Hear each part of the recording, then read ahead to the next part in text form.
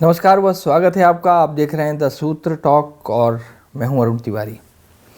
हमारे साथ एक ऐसा व्यक्तित्व है जिसके किरदार को छत्तीसगढ़ सियासत में दरकिनार नहीं किया जा सकता। उनको हम पूर्व मुख्यमंत्री के पुत्र कहें, युवा राजनेता कहें या फिर बेबाक वक्ता।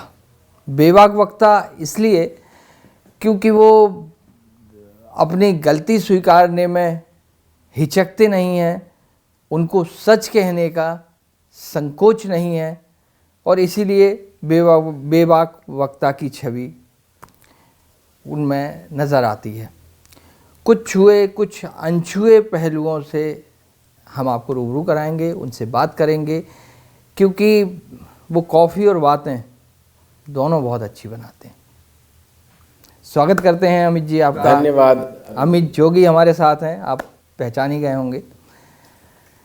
सर, सबसे पहले मैं आपसे पूछना चाहूँगा, बहुत अनौपचारिक बात करूँगा मैं आपसे जी। बहुत औपचारिक बातें, आप बहुत इंटरव्यू देते हैं और आजकल सक्रिय हो गए हैं तो देने भी लगे हैं। बहुत औपचारिक बातें होती हैं, थोड़ी अनौपचारिकता की तरफ ले जाऊँगा। अमित जी, लंबी खामोशी के बाद एकदम सक्रियता, कुछ खास वजह? किस रणनीति के तहत ये सक्रियता हमको नज़र आ रही है? देखिए अरुण जी, ये कोई रणनीति नहीं है। 5 साल पहले मेरे पिताजी का स्वर्गवास हो गया। सब लोग जानते हैं कि अजीत जोगी जी केवल छत्तीसगढ़ के ही लिए नहीं, मध्य प्रदेश, बल्कि मैं तो कहूँगा पूरे भारतवर्ष के लिए एक प्रेरणा रहे हैं। एक व्यक्ति ने एक ही जीवन काल में इंजीनियरिंग कर ली, आईपीएस में रहे, आईएएस में रहे, राज्यसभा, लोकसभा, विधानसभा सब जगह रहे, प्रदेश के पहले मुख्यमंत्री भी बने। तो एक ही जीवन काल में उन्होंने अनगिनत उपलब्धियां पाई, लोगों को प्रेरणा दी और मैं तो उनके घर ही में रहा, उनके साथ ही रहा। तो वो मेरे जीवन के सब कुछ बन गए थे, सर्वे सर्वा हो गए थे।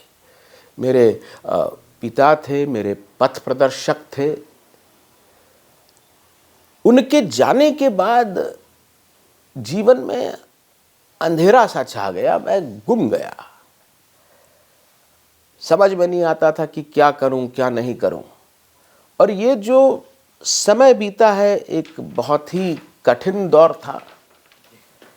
खुद को मैं ढूंढ रहा था और खुद को ढूंढने के लिए मुझको पुराने अमित जोगी, उसकी जितनी भी कुरीतियां थीं, बुरी आदतें थीं, सबको दफनाना पड़ा। और आज जो इस नए साल में अरुण जी के साथ अमित जोगी बैठा है, वो पुराना अमित जोगी नहीं है, वो एक नया अमित जोगी है। अभी हमारे प्रदेश में नवाखाई का त्यौहार मनाया जा रहा है, नई फसल आई है, तो मैं खुद को भी नई फसल के रूप में देखता हूं। और ये जो नई फसल है, नई ऊर्जा के साथ नए मीडिया से अभी गुफ्तगू कर रही है। कोई औपचारिकता नहीं है, जैसे कि आपने कहा, केवल कॉफ़ी है और कॉन्वर्सेशन है और दोनों में खूब मज़ा आएगा। चूँकि बात पिताजी की चली है, स्वर्गीय अजीत जोगी की चली है, तो 2-3 चीज़ें उनसे जुड़ी जहन में आती हैं। एक तो ये कि अभी ये पहचान क्यों है हमारी कि अमित जोगी अजीत जोगी के पुत्र हैं। एक स्वतंत्र राजनेता की छवि अभी थोड़ी दूर है, उसी नाते लोग जानते हैं, उसी नाते पहचान बनी है। एक बहुत ही अच्छा सवाल किया है। अजीत जोगी जी के पुत्र होना मेरी पहचान है, पर पहचान के साथ साथ ये एक विरासत भी है। और विरासत जो है, ये सत्ता की विरासत नहीं मुझे मिली है, ये संघर्ष की विरासत मिली है। जोगी जी ने जिंदगी भर आखिरी सांस तक तमाम चुनौतियों का सामना किया और वही मुझको वो शिक्षा दीक्षा देके गए। मैं इस जीवन काल में तो अजीत जोगी बिल्कुल नहीं बन सकता। उनकी जो उपलब्धियां हैं वो मैं प्राप्त नहीं कर सकता। उनका जो ब्रेन था, उनका जो दिमाग था, वो मुझ में नहीं है।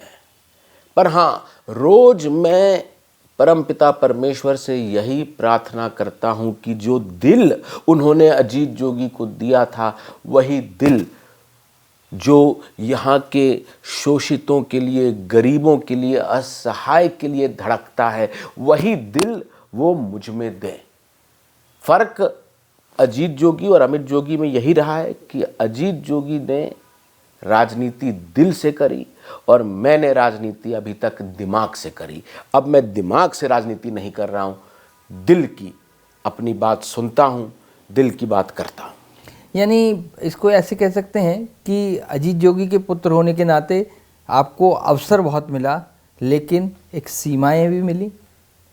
अवसर मिले, अवसर के साथ साथ चुनौतियां भी मिली और उन अवसरों का शायद मैं ठीक से लाभ नहीं ले पाया। अपने लिए भले ही लाभ लिया हो, पर लोगों के लिए जो लाभ लेना था वो मैं नहीं ले पाया।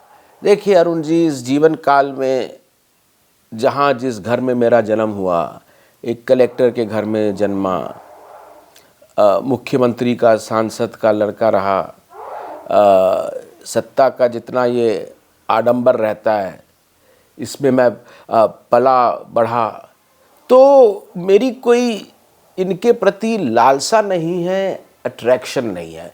जीवन में मुझको जो कुछ करना था, सही गलत सब मैं कर चुका और अब मुझको लगता है कि आखिर ये जीवन है किस लिए। खुद के लिए तो मैं जी चुका हूं, अभी जो मुझको जीना है वो दूसरों के लिए जीना है। ये हम लोग किताबी बातें खूब पढ़ते हैं। मैंने खूब किताबें पढ़ी। आदरणीय राहुल गांधी जी से जब मेरी आखिरी बार मुलाकात हुई थी तो उन्होंने मुझे निसर्गदत्त महाराज की एक पुस्तक भेंट करी थी, आई एम डैट। उसमें विपश्यना की विधि, विपश्यना के सिद्धांत का वर्णन किया गया है। उसको मैंने पढ़ा, अनेक और किताबें पढ़ी, पर जब तक आप खुद उस मार्ग पर नहीं चलेंगे ये केवल किताबी ज्ञान रहेगा। उस मार्ग में चलने के लिए मुझे ये समय लगा और इस दौरान अमित जोगी मौन था, नहीं बोल रहा था। आज भी मैं वही बोलता हूं जो मैं दिल से बोलता हूं। दिमाग वाला काम अब अमित जोगी नहीं कर रहा है। अजीत जोगी जी के राजनीतिक जीवन में कई विवाद रहे हैं, कुछ फैसले हैं जिनसे आप सहमत नहीं थे उनके। देखिए, इतिहास के पन्ने अगर हम लोग पलटेंगे तो कई सारी बातें आती हैं जाती हैं। मुझे लगता है कि हमको जो समय का प्रवाह है उसके साथ बहना भी आना चाहिए। हर बार हम परिस्थितियों से लड़ते रहें जो अजीत जोगी करते रहे। उन्होंने हर परिस्थिति से डटकर मुकाबला करा। वो एक बहुत गरीब घर में पैदा हुए, शिक्षक के परिवार में उनका जन्म हुआ, ट्राइबल एरिया में उनका जन्म हुआ, लेकिन उन्होंने उन परिस्थितियों में रहकर भी चुनौतियों का बेखूबी सामना किया। उस समय मध्य प्रदेश हुआ करता था, 8वीं बोर्ड एग्जाम होता था। एक छोटे से गांव जोगी डोंगरी का, जोगी सार का लड़का पूरे स्टेट में टॉप किया। उसको MACT में विशेष रूप से जो उनके विधायक हुआ करते थे मथुरा प्रसाद दुबे जी, उस समय वो शिक्षा मंत्री थे, उन्होंने कहा कि तुम टॉप किए हो, मैं चाहता हूँ कि जो नया मैंने इंजीनियरिंग कॉलेज बनाया है वहाँ जाकर पढ़ो। और वहाँ MSCT में उन्होंने पढ़ाई करी और वहाँ पर भी उनको गोल्ड मेडल मिला। उसके बाद IPS की परीक्षा, क्योंकि भोपाल में सारे IAS IPS रहते हैं, उनकी उम्र कम थी।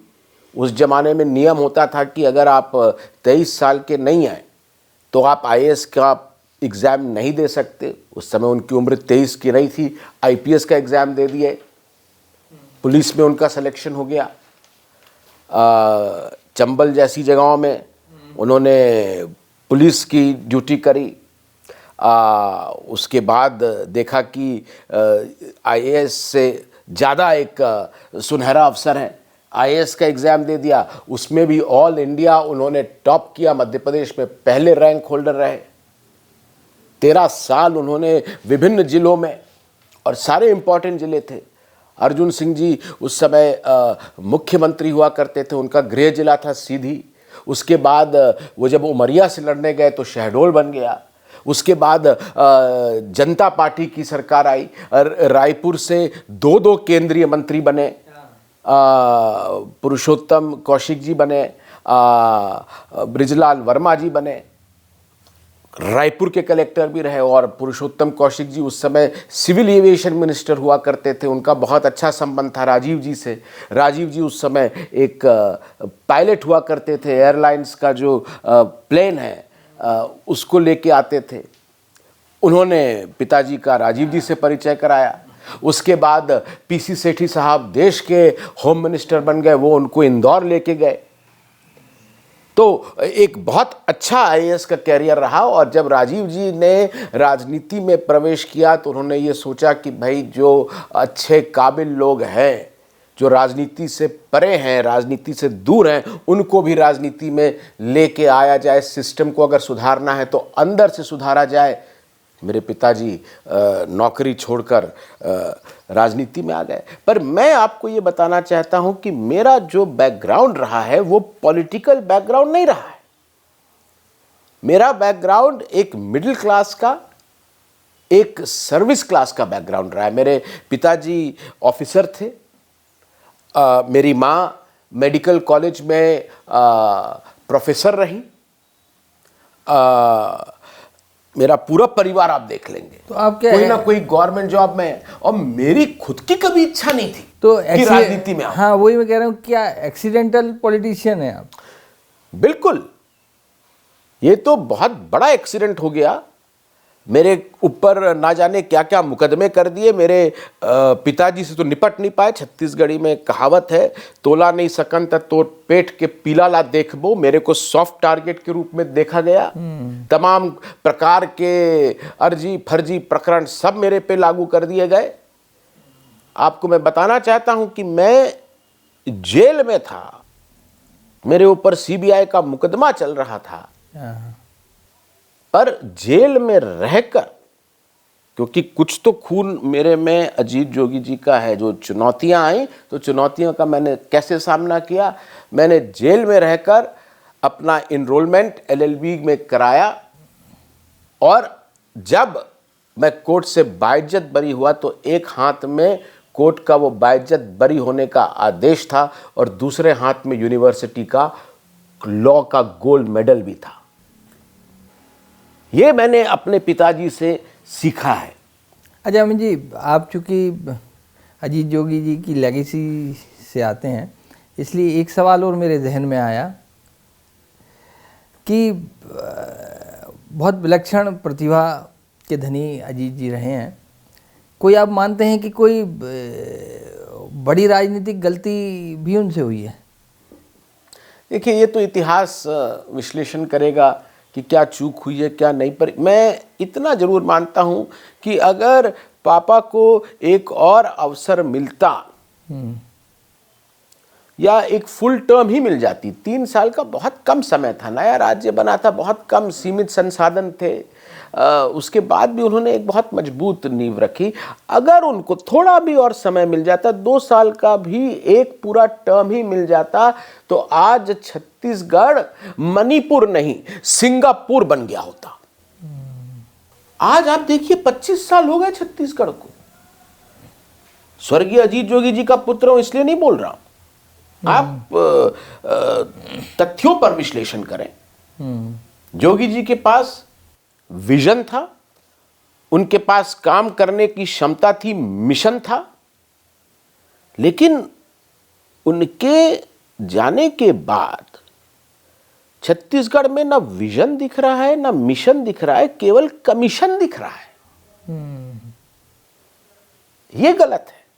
आज आप छत्तीसगढ़ में देखिए, जो भी उपलब्धियां अभी धान खरीदी चल रही है, किसने शुरू करी? आज जो लोग इलाज कराने जाते हैं, मितानिन के पास जाते हैं, किसने योजना लेके आए? एम्स किसने बनाया? रायपुर में एस्कॉट्स किसने सेटअप किया? बिलासपुर में सिम्स किसने बनाया? बस्तर में हम विकास की बातें कर रहे हैं, 25 साल में एक रत्ती भर उद्योग नहीं लगा पाए। जोगी जी ने नगरनार, जो एकमात्र उद्योग है बस्तर का, वो लगाया। NMDC। उस जमाने में सरगुजा तक रेल नहीं जाती थी। पैसेंजर रेल जब शुरू करने का निर्णय मेरे पिताजी ने लिया, तो आज जो वहां के बड़े नेता हैं कांग्रेस पार्टी के, वो आए थे विरोध करने कि आप अगर यहां पे रेल चालू करते हैं तो लोगों का शोषण चालू हो जाएगा। ये सोच रखते थे यहां के नेता छत्तीसगढ़ के लिए। हम लोग सेकेंड क्लास सिटीजन थे, लेकिन बड़े दुख की बात है कि ये 25 सालों में छत्तीसगढ़िया जो है, जिसके लिए मेरे पिताजी ने नारा दिया था सबसे बढ़िया, मध्य प्रदेश में तो हम सेकेंड क्लास सिटीजन थे, छत्तीसगढ़ में हम थर्ड क्लास सिटीजन हो गए। आज हमारा मुख्यमंत्री, जिसको हमने सर्वोच्च संवैधानिक पद पर बैठाया है, ना कुछ बोल पाते हैं, ना कुछ सुन पाते हैं। मुंह खुलता है तो बस मोदी जी की जयकारा होती है। छत्तीसगढ़ के सारे फैसले 3 गुजराती लोग ले रहे हैं।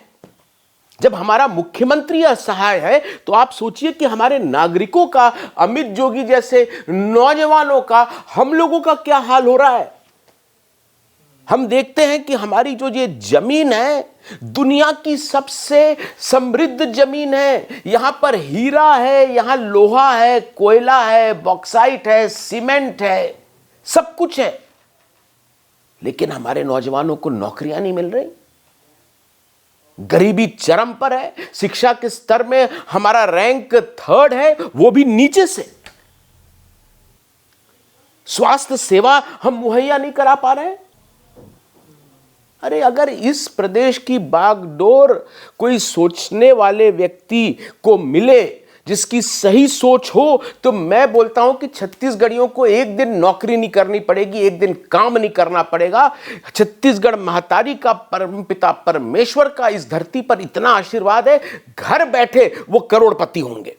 अच्छा, छत्तीसगढ़ का वो कौन सा व्यक्ति है जो ऐसे सोचता है जिसको अगर बागडोर मिले तो बेहतर स्थितियां होंगी? अगर मैं ये कहूंगा कि केवल अमित जोगी है, तो मुझसे बड़ा कोई अहंकारी और बेवकूफ नहीं होगा। कई काबिल लोग हैं, और मेरा यह मकसद है कि ऐसे काबिल लोगों को मैं आगे लेके आऊं। सही या गलत, मैंने जब राजनीति शुरू करी, जैसे मेरे पिताजी राजीव जी से प्रभावित होकर राजनीति में आए, मैं राहुल जी से प्रभावित हुआ, और उनके जन्मदिन के दिन मैंने बस्तर में, उस समय सलवा जुलूम चल रहा था, बहुत वायलेंस हो रहा था। कुछ ही दिन पहले चिंतलनार में एक विभत्स घटना घटी। हमारे 76 सीआरपीएफ के जवान बस में जा रहे थे, बस को लैंडमाइन से उड़ा दिया गया। जब मैं वहां गया तो उनके छितड़े पड़े हुए थे, वहां कोई गया नहीं था उनको इकट्ठा करने। तब मैंने कहा था कि ये रास्ता नहीं है। गांधीवाद से ही नक्सलवाद को खत्म किया जा सकता है। मैंने पदयात्रा करी, कई पदयात्राएं करी, बस्तर में सत्याग्रह किया, लेकिन दुख की बात यह है, चिंता की बात यह है कि नक्सलवाद तो समाप्त हो गया, लेकिन गांधीवाद से नहीं, पूंजीवाद से। अडानी के लिए खदानें खोलने के लिए वहां पे पाइपलाइन बिछाई जा रही है, वहां पे रोड बनाई जा रही है, वहां पे रेलवे ले जा रहे हैं, कैंप लगा रहे हैं। ये केवल एक औद्योगिक घराने को लाभ पहुंचाने के लिए किया जा रहा है। नक्सलवाद खत्म हो उसका हम स्वागत करते हैं, पर नक्सलवाद की जगह अडानीवाद नहीं ले सकता, और अडानीवाद को हमें समझना पड़ेगा।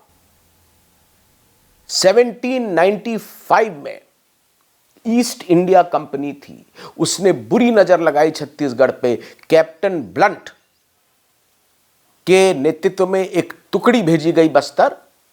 बस्तर के सारे लोग एक हो गए, ब्लंट को घुसने नहीं दिया। 1910 में गुंडाधुर ने क्रांति करके बस्तर को आजाद कराया। आज फिर से वो ईस्ट इंडिया कंपनी आ गई है, फूट डालो राज करो वाले काम पर चल रही है।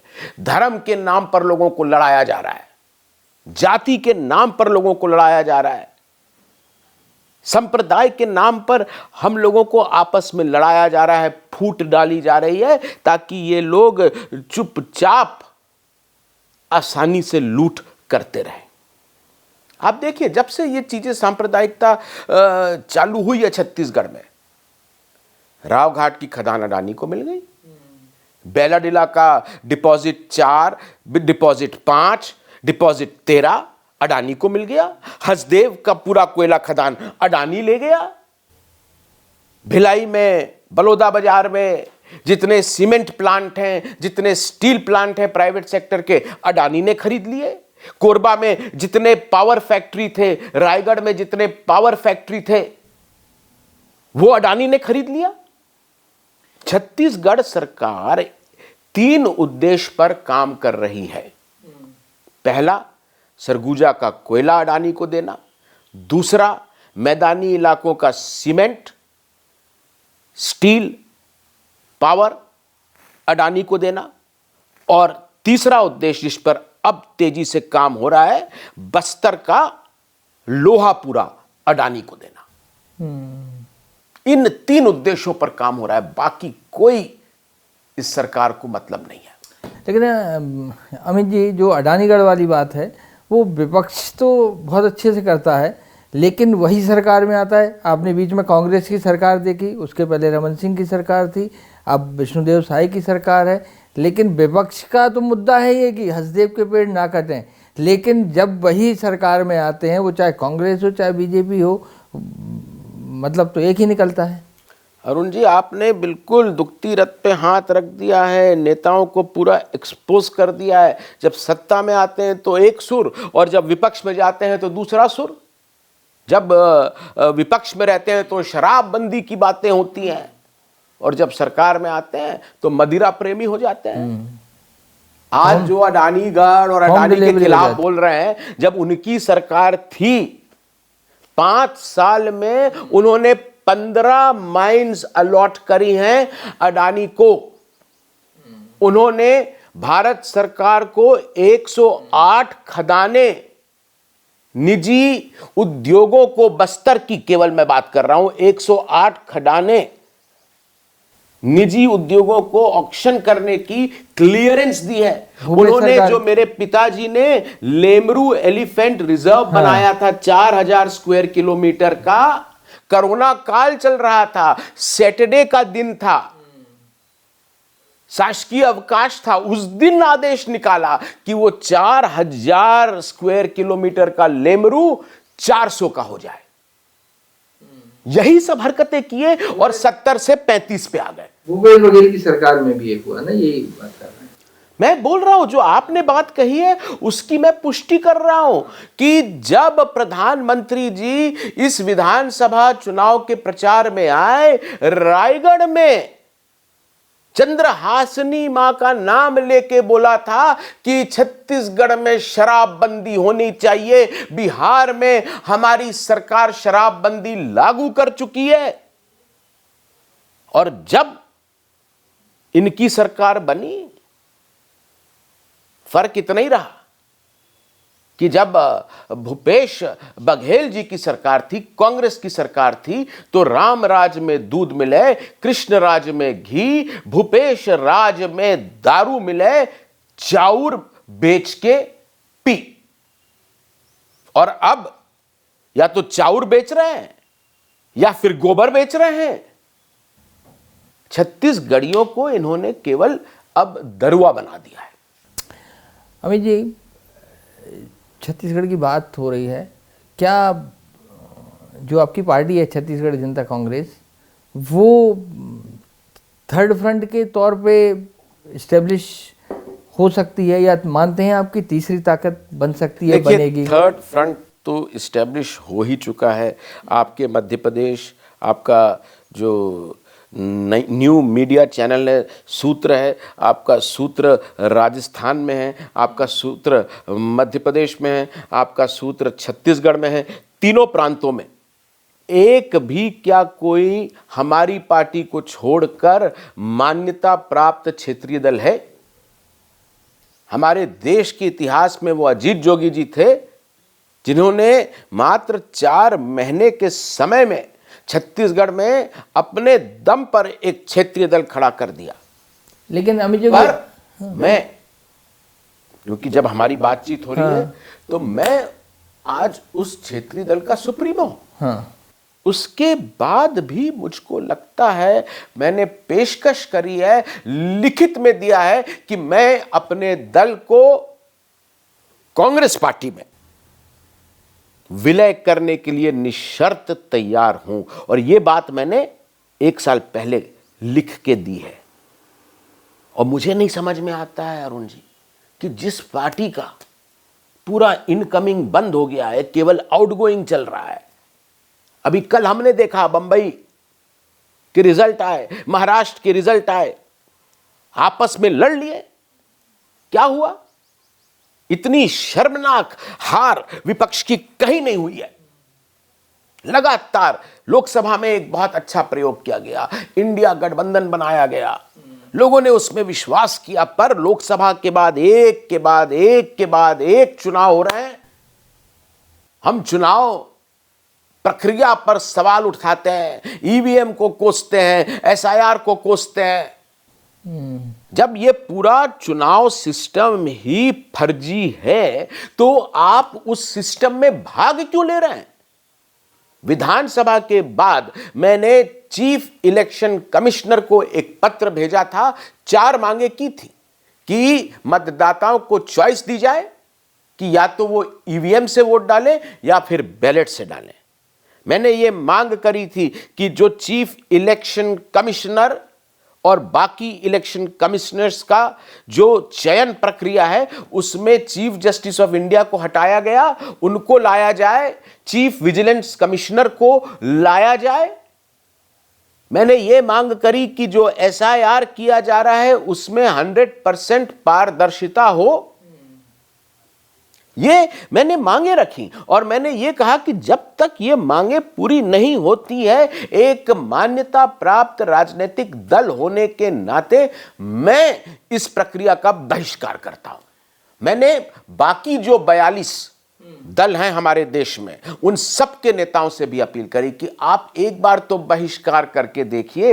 एक बार बहिष्कार हो जाएगा, चाहे सुप्रीम कोर्ट हो, चाहे कोई कोर्ट हो, इनको बैलेट पेपर वापस लाना पड़ेगा। और इस सिद्धांत पे मैं अडिग हूं।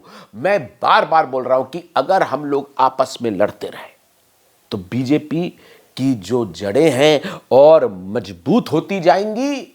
हमारे देश की जो एकता है, जो भाईचारा है, वो कमजोर होते जाएगा। नफरत का नासूर पूरे देश को खा जाएगा। अच्छा, आप कह रहे हैं कि उसकी इनकमिंग बंद है कांग्रेस की, तो अमित जोगी को कांग्रेस में जाने से कौन रोक रहा है? दीपक बैज, भूपेश बघेल, टी.एस. सिंहदेव, चरणदास महंत, आखिर वो बैरियर कौन है, कौन रोक रहा है? आदरणीय अरुण जी, मैं तो यही कहूँगा कि आप इन लोगों से मिलते रहते हैं, इनसे पूछिए। मैं एक सीमा तक अपनी बात रख सकता हूं, सबसे मिला हूं। हाँ, इतना मैं जरूर कहना चाहता हूं, लोग ये पूछते हैं कि आपके तो बड़े निकट संबंध हैं नेहरू गांधी परिवार से। बिल्कुल है। जब मेरा बेटा हुआ, पिताजी के स्वर्गवास के बाद करीब 4 महीने बाद अयान हमारी ज़िंदगी में आया और मुझको लगा कि कहीं ना कहीं पापा फिर से आ गए हैं। जब भी मैं अयान को देखता हूं तो अपने पिताजी को देखता हूं। पर अयान का नाम किसने रखा? अमित जोगी ने नहीं रखा, रेणु जोगी ने नहीं रखा, ऋचा जोगी ने नहीं रखा, हमारी परिवार की मुखिया आदरणीय सोनिया गांधी ने रखा। तो आज अगर अमित जोगी वहां जाएगा तो इतनी मुझ में अथॉरिटी है, मैं सोनिया जी के पांव पड़ूं, कुछ करूं, राहुल जी को उनका हाथ पकड़ूं, कुछ करूं। कांग्रेस में तो मैं आ जाऊंगा, क्योंकि मैं कांग्रेस से कभी अलग हुआ ही नहीं हूं। मैं भले ही कांग्रेस में नहीं हूं, पर कांग्रेस तो मुझ में है। मेरा डीएनए जो है वो एनडीए वाला नहीं है, कांग्रेस का डीएनए। पर मैं आके क्या करूंगा? फिर लड़ूंगा इन लोगों से।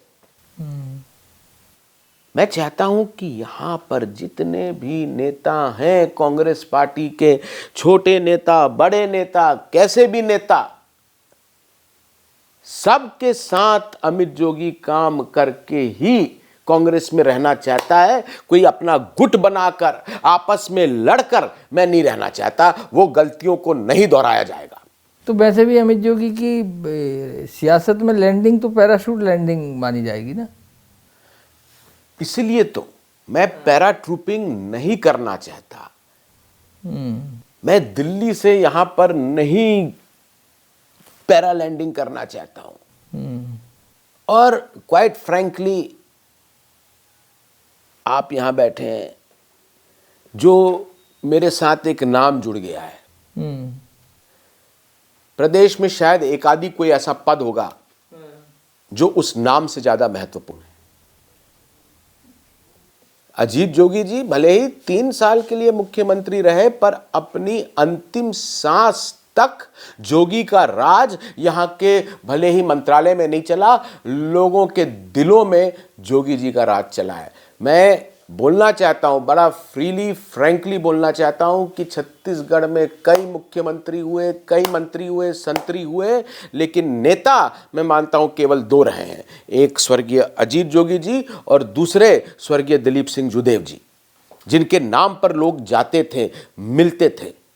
अच्छा अमित जी, जोगी जी की पार्टी आज कहाँ है? ज़मीन पे है या सोशल मीडिया में? जोगी जी की पार्टी, तो जैसे मैंने कहा कि विधानसभा के बाद तो मैंने पार्टी का शटर ही बंद कर दिया। मैंने बोला मैं विलय करना चाह रहा हूं। पर कब तक इंतजार करेंगे?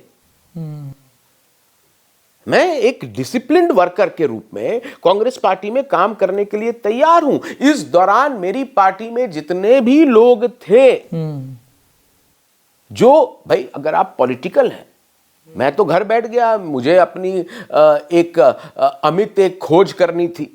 जैसे भारत एक खोज है तो डिस्कवरी ऑफ अमित करना था। मैं तो बिजी था अपने में, पर बाकी लोग तो घर नहीं बैठ सकते थे खाली। तो मैंने उनको स्वतंत्र कर दिया, मैंने उन्हें स्वतंत्र कर दिया और मैंने ये कहा कि भाई आप लोग कांग्रेस पार्टी में जाइए। कुछ लोगों को कांग्रेस ने लिया, कुछ लोग भाजपा में चले गए, उनके ऊपर था। अच्छा, पर आज जहां तक मेरी पार्टी का सवाल है, पार्टियां क्यों बनती हैं? हम माओवादी पार्टी तो है नहीं कि सिस्टम के बाहर कोई काम करें। हमें चुनाव लड़ना है, चुनाव जीतना है, इसलिए ये पार्टी बनाई गई है, सिंपल सी बात है। पर जब मैंने बोला कि हम चुनाव का बहिष्कार ही कर रहे हैं, ना लोकसभा में लड़ा, लोकसभा में 1 लाइन का मैंने प्रस्ताव पारित करवाया कि हम कांग्रेस को निशर्त समर्थन करते हैं। उसके बाद नगरीय निकाय चुनाव हुए, उसमें भी 1 लाइन का वही प्रस्ताव। उसके बाद पंचायती चुनाव हुए, उसमें भी वही प्रस्ताव। तो जब हमारी पार्टी बोल रही है कि हम कांग्रेस का समर्थन कर रहे हैं, अभी उपचुनाव हुआ था, यही रायपुर दक्षिण में, तब भी हमने, तो हर जगह तो हम वही कर रहे हैं। लेकिन अमित जी, तो आप पार्टी की जिसकी बात कर रहे हैं, पार्टी तो ऑफिशियली अभी सस्पेंडेड है, पर जैसा कि आपने कहा, हाँ, अगर सुर नहीं बदलते, हाँ, छत्तीसगढ़ में अगर राजनीति करनी है तो छत्तीसगढ़ियों के लिए लड़ना होगा। जो लड़ाई छत्तीसगढ़िया अभी लड़ रहे हैं, मुझे लगा कि कहीं भटकाव हो गया है। हम छत्तीसगढ़ महतारी के सम्मान में उतरेंगे। अजीत जोगी जी की मूर्ति अगर ध्वस्त की जाती है, छत्तीसगढ़ महतारी की मूर्ति ध्वस्त की जाती है, तो उसके सम्मान में हम लड़ेंगे। लेकिन हमारी जो संस्कृति है बाबा गुरु घासीदास की, मनखे एक समान की, सम्मान की संस्कृति है। हम महाराज अग्रसेन को और संत झूलेलाल को गाली देकर छत्तीसगढ़ महतारी या अजीत जोगी का सम्मान कायम नहीं कर सकते। वो जो भटकाव था उसको भी रोकना जरूरी था। अच्छा, इसमें दो चीज़ें हैं कि यदि कांग्रेस नहीं लेती है, आप फिर से अपनी पार्टी खड़ी करेंगे, तो उसका फंडिंग मॉडल क्या रहेगा? क्योंकि राजनीति में बहुत पैसा लगता है, ये आप भी जानते हैं, एक पार्टी रन करने में बहुत पैसा लगता है। एक और दूसरी चीज़ कि यदि वो मॉडल सफल नहीं हुआ कि थर्ड फ्रंट का, तो फिर 10 साल बाद अमित जोगी कहाँ होंगे? मैं तो इतना लंबा नहीं सोचता हूं। मुझे तो पल पल का अमित जोगी चाहिए। हर पल एक नयापन आना चाहिए लाइफ में। 10 साल बाद क्या होगा नहीं होगा, कांग्रेस नहीं लेगी तो खड़ी करेंगे आप? इतने संत महात्मा घूम रहे हैं, आदरणीय बागेश्वर धाम जी हैं, वो बता देंगे 10 साल बाद क्या होना है। प्रदीप मिश्रा जी हैं, वो बता देंगे, और भी कई महात्मा हैं। पर मुझे कोई मतलब नहीं है 10 साल बाद क्या होता है क्या नहीं होता है। मुझे अभी से मतलब है। मैं वर्तमान में जीना चाहता हूं। कांग्रेस और लेगी जो आपने बोला मॉडल की बात, हाँ, बिल्कुल सही बोला। 4.5 साल कुछ मत करो, अंत में सबके खाते में 10-10 हजार रुपया जमा करा दो, चुनाव फिर से जीत जाओ, 5 साल फिर खूब लूटो, खूब लोगों में फूट डालो, फिर चुनाव आएगा फिर रेवड़ी बांट दो। ये मॉडल नहीं चल सकता। अटल जी बोलते थे कि जिस देश का राजा व्यापारी, वहां की प्रजा भिखारी। और आज राजनीति व्यापार बन गया है। और अमित जोगी कम से कम इसमें, तो मैंने जब बोला कि मैं मिडिल क्लास का सर्विस वाला बैकग्राउंड का हूं, तो मैं वकालत करके अपनी कमाई कर लूंगा। 2 साल मैंने वकालत करी, एक केस नहीं हारा। छत्तीसगढ़ में मैं सबसे उम्र में जूनियर वकील रहूंगा, लेकिन फीस सबसे ज्यादा मैं लेता था। उस जमाने में मैं 2009-10 की बात कर रहा हूं। तो मुझ में इतनी काबिलियत है, इतना कॉन्फिडेंस है, परमेश्वर का इतना आशीर्वाद है कि मुझे अपने जीने के लिए तो, और मैं लोगों से यही कहूंगा, युवाओं से, कि अगर तुम राजनीति में आ रहे हो व्यवसाय करने, कमाई करने, तो नो एंट्री, गेट आउट।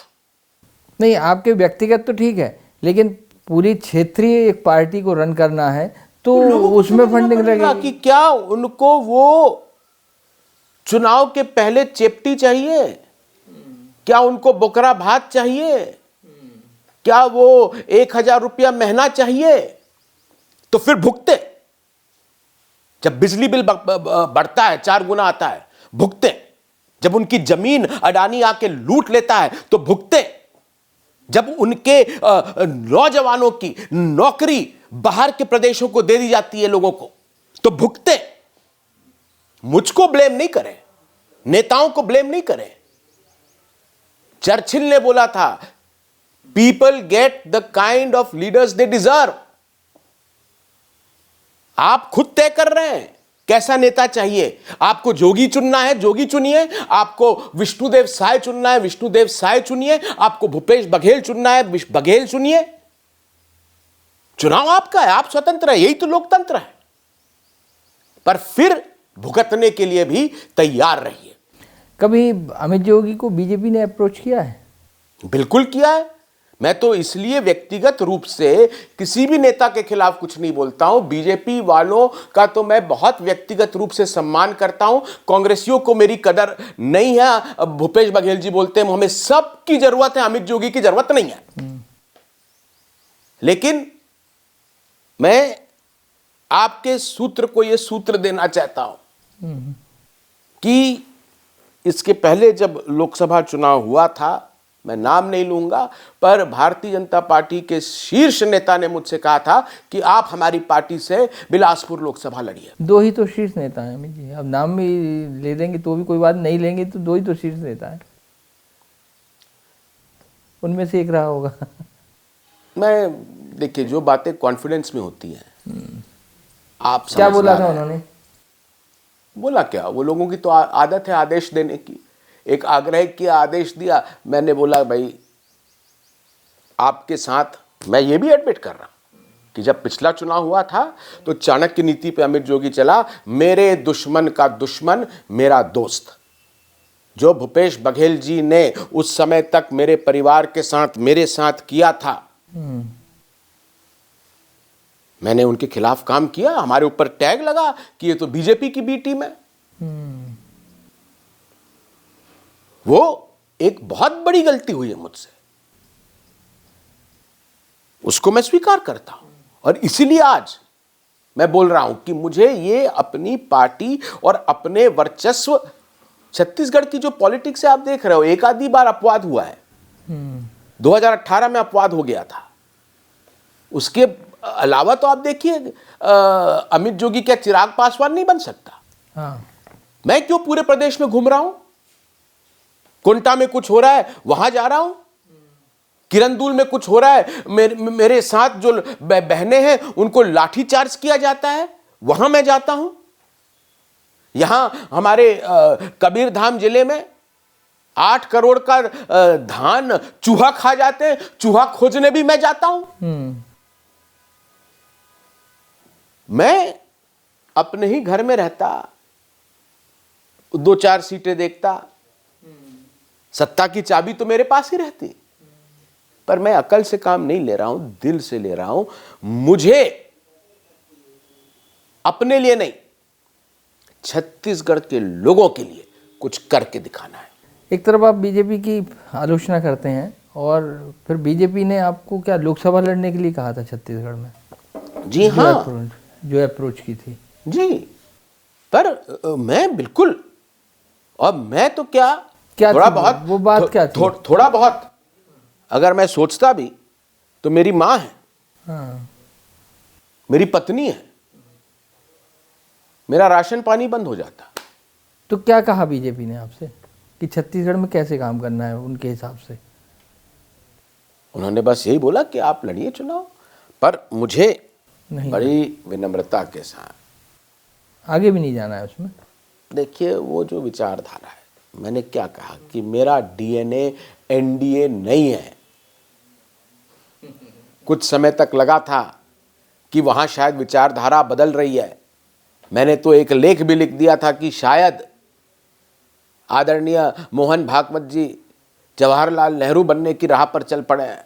जब उन्होंने विज्ञान भवन में भाषण दिया था, जब मोदी जी ने नारा दिया था सबका विश्वास, सबका विकास, सबका साथ, तब भी लगा था कि शायद ये बदल जाएंगे। लेकिन बड़े दुख की बात है, मैं वो शब्दों का प्रयोग नहीं करना चाहता हूं, पर जो टेढ़ा रहता है वो टेढ़ा ही रहता है, वो सीधा नहीं हुआ। अच्छा, आप वंशवाद का विरोध करते हैं या उसे अपनी ताकत मानते हैं? वंशवाद का मैं सख्त विरोधी हूं, पर ये मुझे बड़ा दुख होता है कि जितने भी लोग वंशवाद का विरोध करते हैं वो खुद वंशवादी होते हैं, खुद वहीं से निकलते हैं। तो मैं इसमें केवल यही, मैंने खूब अध्ययन किया, किताबें पढ़ना मेरा एकमात्र ज़्यादा बोलिए फेवरेट हॉबी है। एक किताब मैंने पढ़ी थी, हेनरी किसिंजर, अमेरिका के विदेश मंत्री थे, नोबेल पीस प्राइज़ उनको मिला है, हाल ही में उनकी मृत्यु हुई, शतक पार कर लिए थे। उन्होंने कहा था कि दुनिया का जो अब तक का सबसे अमीर आदमी रहा, जेडी रॉकफेलर, उनका लड़का था नेल्सन रॉकफेलर, वो उपराष्ट्रपति बने।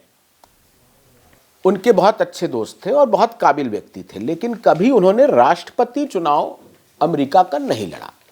किसिंजर साहब ने अपनी पुस्तक जो है उनको समर्पित कर दी और ये बोला कि he is the best president America never had.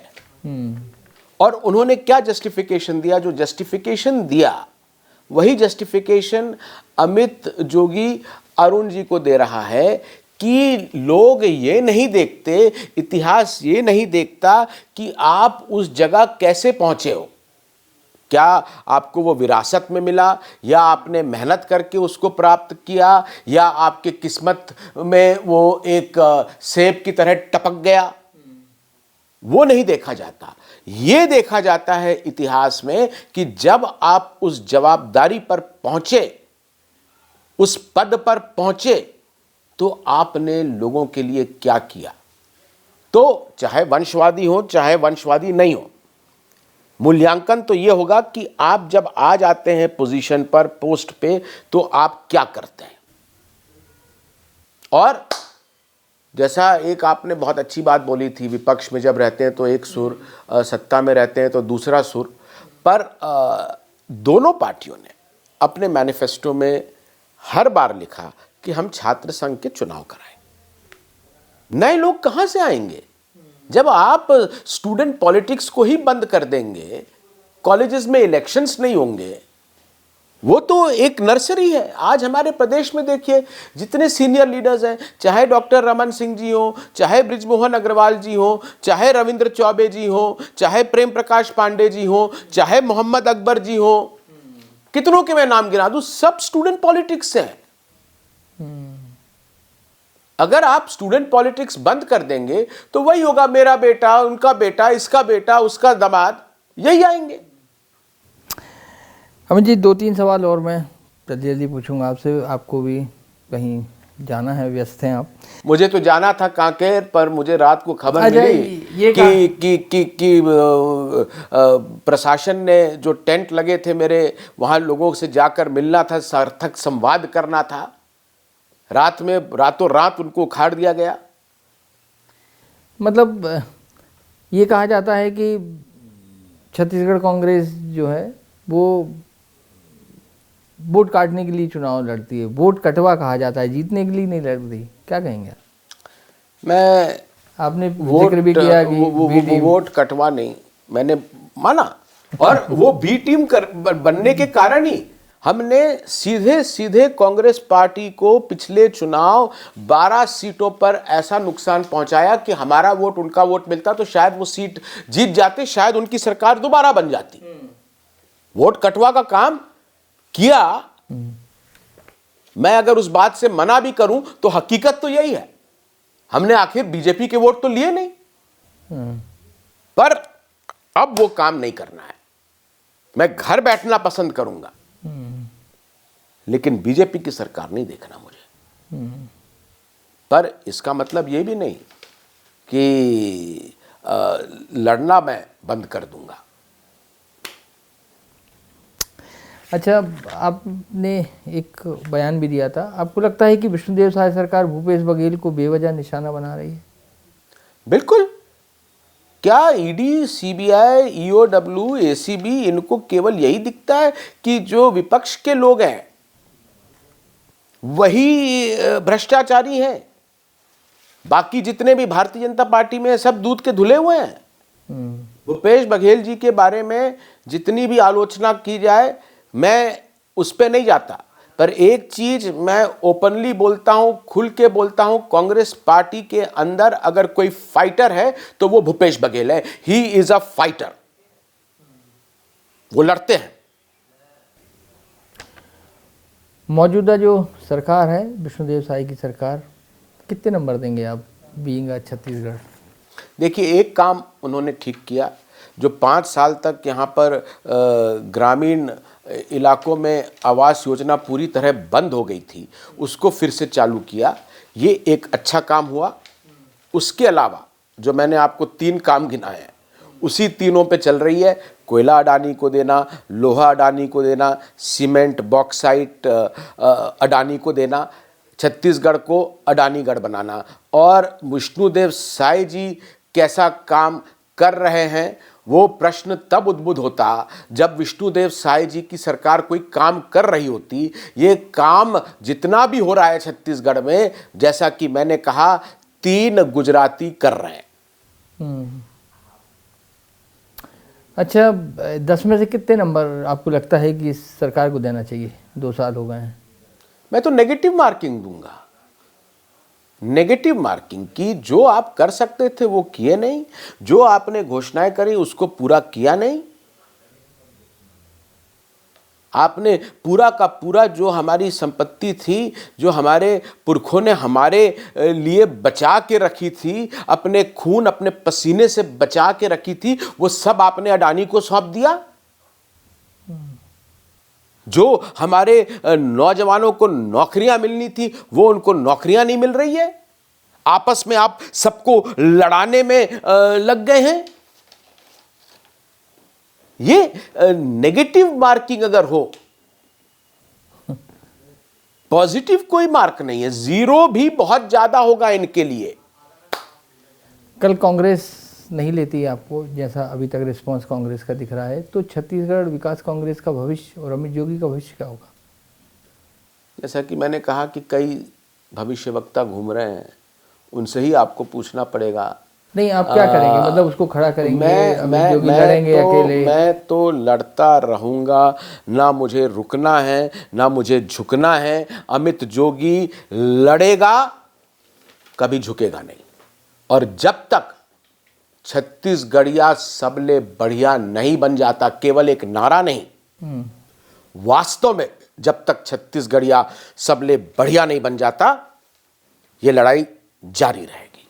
अच्छा, एक और बात कि अब अजीत जी तो आपके पिताजी रहे हैं, इसलिए अगर मैं उस फहरिस्त में से उनको हटा दूं तो रमन सिंह की सरकार रही यहाँ पे, भूपेश बघेल की सरकार रही और 2 साल विष्णुदेव साय की सरकार हो गई।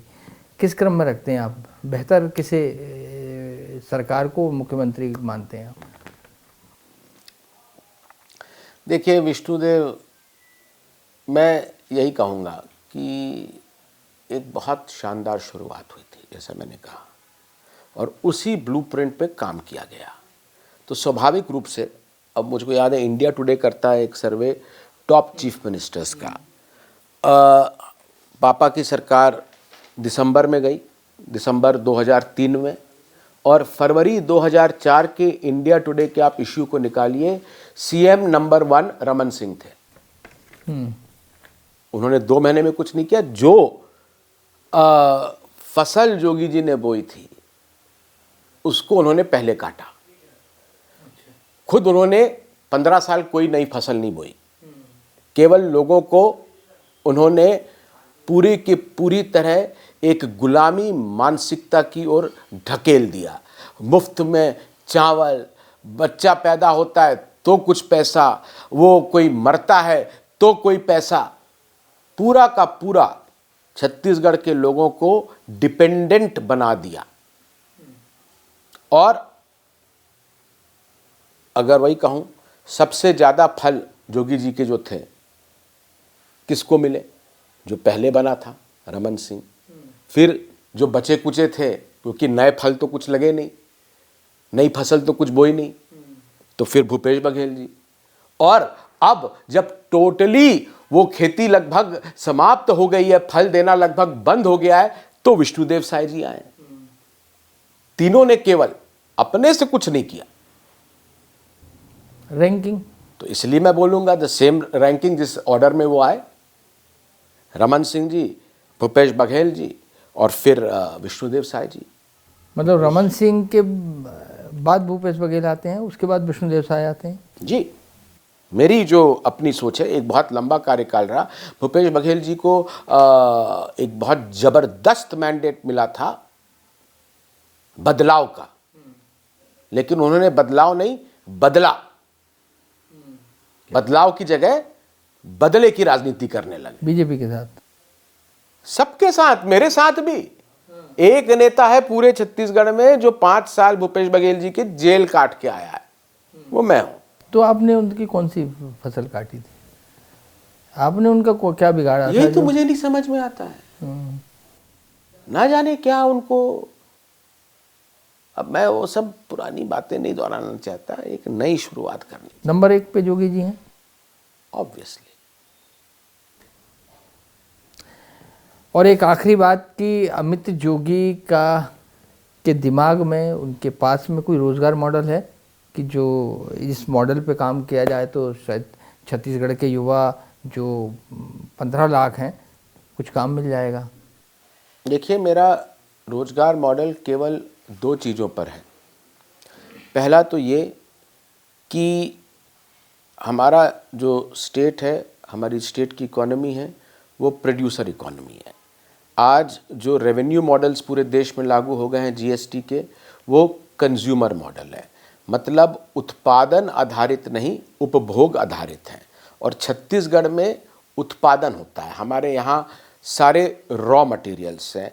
अमित जोगी का जो पहला आदेश रोजगार को लेकर होगा कि छत्तीसगढ़ से मैं 1 ग्राम भी रॉ मटेरियल बाहर नहीं जाने दूंगा। जैसे पिताजी ने किया था, एनएमडीसी को बोला था कि तुमको मैं यहाँ से लोहा नहीं निकालने दूंगा, यहीं पर तुम्हें नगरनार में स्टील प्लांट बनाना पड़ेगा, यहीं पर स्टील आपको पैदा करनी होगी। वही बात पूरे छत्तीसगढ़ में लागू होगी। और दूसरी चीज कि जितने भी ये प्लांट यहाँ पर स्थापित होंगे, वहां पर 80% आपको स्थानीय लोगों को प्राथमिकता देनी पड़ेगी। जब अमित जोगी विधानसभा में था तो मैं एक प्राइवेट मेंबर बिल लेके आया था जिसमें मैंने कहा था कि जब महाराष्ट्र सरकार ये शर्त लगा सकती है कि यहाँ पर वही नौकरी करेगा जिसको मराठी भाषा आती है, तो छत्तीसगढ़ में हम ये शर्त क्यों नहीं लगाते कि यहाँ पर उसी व्यक्ति को नौकरी में प्राथमिकता दी जाएगी जो यहाँ की बोली छत्तीसगढ़ी जानता है, हल्बी जानता है, गोंडी जानता है, भतरी जानता है, लरिया जानता है, जो यहां की बोली है। तो एक सिंपल क्राइटेरिया यहां पर भी रखा जाए। यह अगर 2 चीजें हो गई तो मुझे नहीं लगता कि बेरोजगारी यहां पर रहेगी। कांग्रेस में शामिल होने के लिए कब तक वेट करेंगे? सचिन पायलट तो आपके मित्र हैं। मित्र तो नहीं, मेरे 2 साल सीनियर रहे हैं कॉलेज में। हाँ। तो पर उनसे मैंने कहा होगा, उनसे मैंने कभी बात नहीं करी है। मैंने दिल्ली उन्हें में अपनी ओर से कहा हो? मैंने दिल्ली में एक भी नेता से कांग्रेस पार्टी के, नॉट इवन 1। अभी मैं एक शादी में दिल्ली गया था, एक बहुत सीनियर लीडर है, एक स्टेट के चीफ मिनिस्टर भी हैं। अब मैं नाम नहीं लूँगा क्योंकि कांग्रेस के 2 ही चीफ मिनिस्टर हैं। एक उनमें से जो चीफ मिनिस्टर हैं वो मुझसे मिले, बोले यार अब बहुत हो गया, कब तक अपनी पार्टी करते रहोगे, आओ वापस सब मिलके काम करते हैं। उनको नहीं मालूम कि 1 साल हो गए हैं मैं आवेदन दे के बैठा हूं। कब तक वेट? देखिए, जब तक, क्योंकि मेरा मकसद कांग्रेस में आना नहीं है, मेरा मकसद बीजेपी को रोकना है, बीजेपी को हराना है। जो गलतियां मुझसे हुई हैं उनको सुधारना है। और उसके लिए अगर मुझे अपनी पार्टी की बलि भी देने पड़ी तो मैं आज की तारीख में तैयार हूं, पर मैं पार्टी की बलि तब दूंगा जब मुझको लगेगा कि ये लोग कुछ कर रहे हैं, इन लोगों में वो काबिलियत है कि इनको रोक पाए। और आज की तारीख में जो काम विपक्ष को करना चाहिए वो नहीं। अगला विधानसभा चुनाव लड़ेंगे अमित जोगी?